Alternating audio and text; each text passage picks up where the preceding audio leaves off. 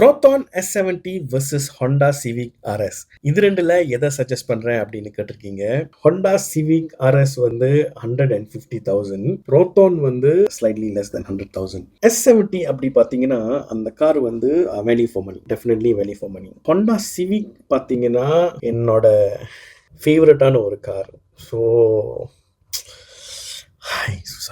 S70 பார்த்தீங்கன்னா proton அதை C segment அப்படின்னு கிளைம் பண்ணாலும் அது ஆக்சுவலி பி செக்மெண்ட் பிளாட்ஃபார்ம்ல செஞ்ச ஒரு கார். BMA அப்படின்னு சொல்லுவாங்க, பி செக்மெண்ட் மாடியுலர் ஆர்கிடெக்சர். அப்போ ஏன் ப்ரோட்டான் அதை சி செக்மெண்ட் அப்படின்னு கூப்பிடுறாங்கன்னா அந்த கார்ல இருக்கிற ஃபீச்சர்ஸ்.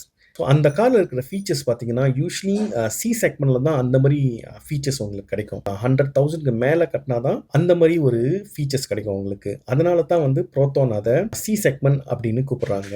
இன்னொரு விஷயம் ஏன் அதை சி செக்மெண்ட் அப்படின்னு கூப்பிடுறாங்கன்னா அந்த காருடைய டைமென்ஷன், நீளமாக இருக்கட்டும் இல்லை அகலமாக இருக்கட்டும், அந்த காருடைய சைஸ் பார்த்தீங்கன்னா சிவிக்கும் அந்த காரும் வந்துட்டு பெரிய டிஃபரன்ஸ் இல்லை. ரெண்டுமே வந்து 4,600 mm இந்த ரேஞ்சில் தான் இருக்கு ரெண்டு காருமே. அதனால தான் ப்ரோட்டான் வந்து இதை சி செக்மெண்ட் அப்படின்னு சொல்றாங்க. இது ரெண்டுத்தையும் கம்பேர் பண்ணி எது இதுல ஒன்னு சூஸ் பண்ணுங்க அப்படின்னு சொன்னீங்கன்னா சிவிக் தான் சொல்லுவேன். ஏன்னா பெர்ஃபார்மன்ஸ்லயும் சரி கம்ஃபர்ட்டும் சரி. இந்த சிவிக் பாத்தீங்கன்னா இந்த பர்டிகுலர் சிவிக் சொல்றேன், கான்டினென்டல் கார் எப்படி ஃபீல் பண்ணும் உங்களுக்கு அந்த மாதிரி ஃபீல் பண்ணும் உங்களுக்கு, என்னுடைய ஒப்பீனியன் சொல்றேன். பிளஸ் அந்த காருடைய டிசைன், நீங்க எந்த மாடல் சிவிக் வேணாலும் எடுத்துங்க, அந்த சிவிக் வந்து எப்பயுமே வந்து அந்த டிசைன் வந்து ராங்காக போகாது அப்படின்னு சொல்லுவாங்க. இது நீங்கள் 1980ஸ்லேருந்து பிஃபோர் தட், அதுக்கு முன்னாடியிலேருந்து எடுத்துங்க இப்போ வரைக்கும் சிவிக்கோட டிசைன் வந்து ஃபைட் பண்ணுறதுக்கு ரொம்ப ரொம்ப ரொம்ப கஷ்டம். காரோடைய சீட்டிங் பொசிஷனாக இருக்கட்டும், சஸ்பென்ஷனாக இருக்கட்டும், கம்ஃபர்ட்டாக இருக்கட்டும்,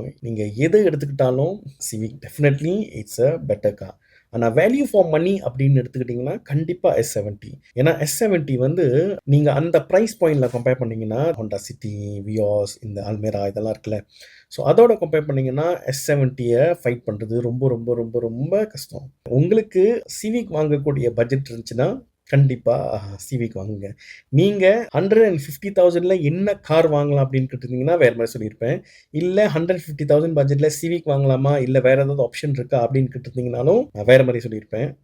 இந்த ரெண்டு காரையும் கம்பேர் பண்ணுறதுனால சொல்கிறேன், சிவிக் டெஃபினெட்லி உங்களுக்கு பெட்டர் பாய். டெஃபினெட்லி உங்களுக்கு பெட்டர் பாய். நான் S70 வந்து நல்ல கார் இல்லைன்னு சொல்லல, கம்பேர் பண்ணுறதுனால சொல்கிறேன் சிவிக் இஸ் பெட்டர். இந்த மாதிரி கஷ்டமான கேள்வி கேட்காதீங்க. ஹாய்.